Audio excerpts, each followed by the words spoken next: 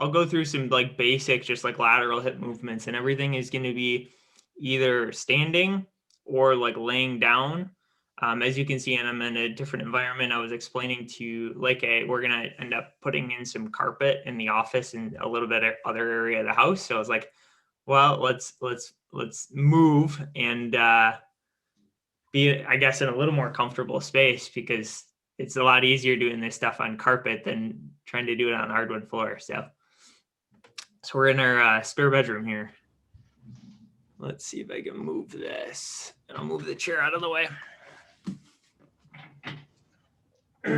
Okay. So, well, very simple movement, which everyone is able to do, is just stepping forward or stepping side to side. This activates lateral muscles, your IT band, your adductors and abductors, which are your inside of your leg or outside of your leg and your inside of your leg here. Just stepping side to side. So any sort of movement where you're going this way or this way, that's going to be a nice simple lateral movement. So one of the ways that Carly and I incorporate this into our workouts is if we're doing like just freestanding squats, just stepping side to side in between each squat. So we'll step, squat, step, squat. That's getting the lateral kinetic chain moving, just going side to side in between each one of those. And you can make it more intense by staying in a squat, going side to side. This is where you see some people potentially having one of those resistance bands around either their feet or their knees to resist moving side to side. But this is going to activate those muscles a little bit more, because you're starting to pivot, or not pivot, but collapse the mobility of your hip here. So you're in a collapsed position, and it's going to be focused more on like putting pressure here on your knees and your hips just to stay in this position. What else? Laying down. We can do some laying down stuff. There's a lot of different things you can do on your side, which also is less pressure, but you can do a lot more reps with it. So laying on your side here, you can do a nice lateral lift. Just straight up. Do like 10 to 15 of these. You'll start to feel it a little bit probably in your IT band along with your adductors. What people don't know is actually pointing the toe down or the toe up actually works opening and closing of the hip. So it's actually good if you were to do 10 where your toes are pointing up and then 10 where your toes are pointing down. This is a very simple exercise. Can y'all see me in the other camera? What's that? Can y'all see me in the other camera? Oh, yes. Okay. I didn't know about the pointing the toes part. I guess I gotta start doing that. Yeah, and it's interesting because it's literally just like how is our body or shaping or forming, and like what position is it in, that it just works the muscles slightly differently.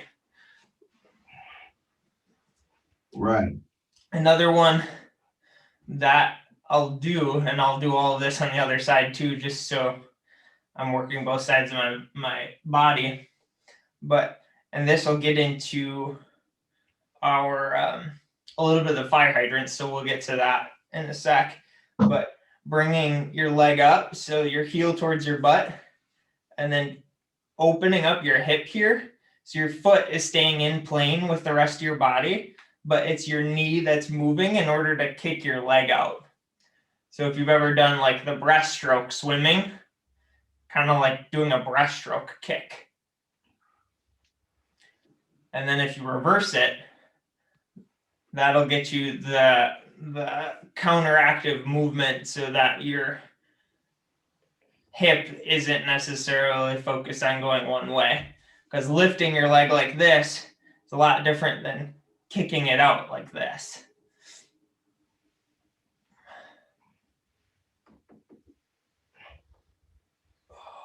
Whew. Yep, I need this. I need this. Yeah. My leg is burning too. That's why I can't tell.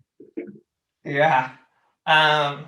Another one that my chiropractor actually had me do when I was having, and I still get it occasionally, but some sciatica problem, is you can go up against a wall so that you get in good position to do this.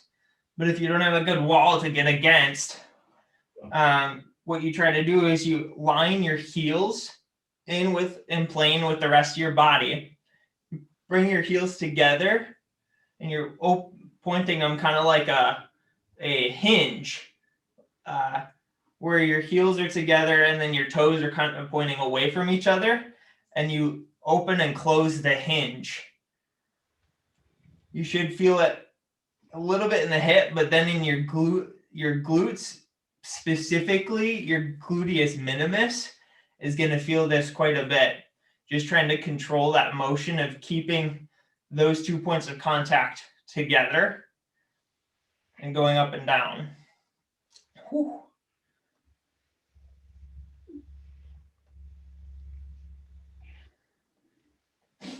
And the reason you want your heels like in plane with the rest of you is because if you're doing it like this, one, you can't really get as much movement. And if you're going behind you, it's not really it's working different muscles, kind of like I was talking about with the toes pointing up and down, just laterally lifting. Because here, you're going to get a lot more of the front of your hip versus your glutes. Just for sake of compensation. And are you guys familiar with all of this stuff? Is this stuff you've done before? I'm getting a head shake from Karen is no, so that's great. I've done this third one we're doing. I recently started doing this one in my program. Yeah. Actually, it's a program specifically for hip health, but I haven't done the butterfly stroke one, which seems pretty good for actually like just all around mobility in that region.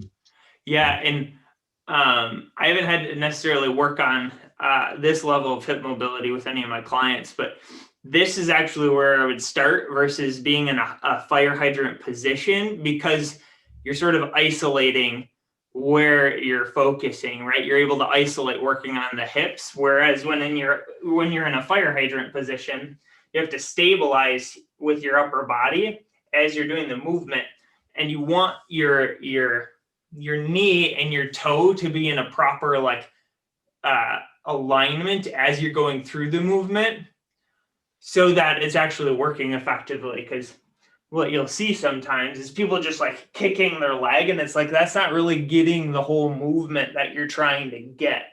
You need it to be out, knee and toe in alignment, kick back where they're still in alignment, and your leg is basically kicked all the way, and then bringing it back. But if it's not done in a controlled environment and done so that, again, those two points of contact are in alignment in the way that they're supposed to, you're not going to work your hips mobility. You're actually going to start to deteriorate hip muscle. But for the sake of me getting compensation on both sides, if you want to join me, I would encourage that at this point, because I need to work both sides of my hip. And welcome, Tanjeev and Vince. Get it. Oh, we got more people. Morning. Yeah. Morning. We're just doing some lateral hip movement here. A bunch of different exercises, pointing up and pointing down to the toes, opening and closing the hips, working those glutes. Whew.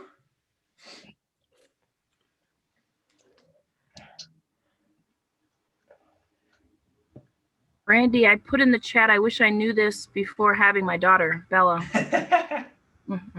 What would have it helped with? Well, cause like was it the sciatic nerve you were talking about? Like I had a lot of pain there. Oh, like, yeah? when I was pregnant with her, so, and I was trying to figure out different ways to like help with that. Yeah. So, yeah, that part. Well, now you have it in your repertoire. Right. There you go.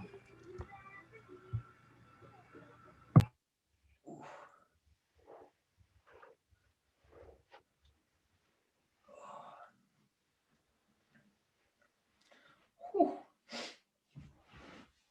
Oh, yeah, I forgot about that butterfly hinge. And G and Vince, just so you know, I'm feeding Bella some breakfast here. Bella, you say hi? Hi. Mwah. She's watching her show. She's like, I'm watching my show. Right. Don't distract me. Ooh. Okay.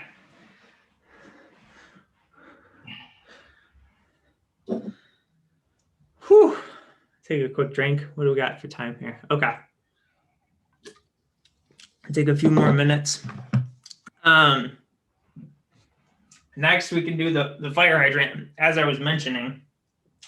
So what you want to do with your knee and your foot is keeping that in alignment as you're raising up and going back.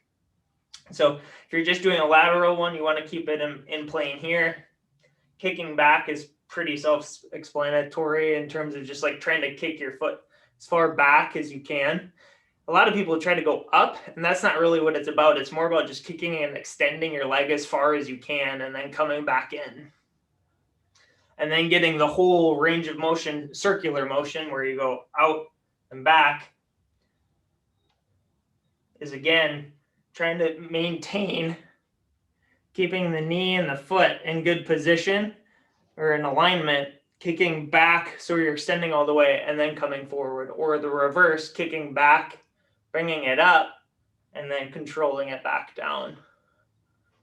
It's kind of like this is an added level of complexity because you're on all fours, so you're having to stabilize with your upper body, compared to the butterfly kick and the reverse of that as you're just laying on your side. And you'll end up engaging a little bit of your core, obviously your hips, or your abs, I should say, because that's part of your core, and trying to maintain integrity with your low back as you're doing the whole movement here of keeping in good position. Oh, there's my shoulder moving. Oh, just to compensate, I'll do both sides. And any one of these movements, if you've seen, again, people use those like stretchy bands. All of these exercises, you can add that in as another level of resistance of either around your knees or around your legs. It might get a little bit difficult if you're doing the full on, like the kickbacks with fire hydrants, but can't say that I've actually seen it done before that way. But anything else in terms of the lateral movements we did on the side, all of that's great. Is great for.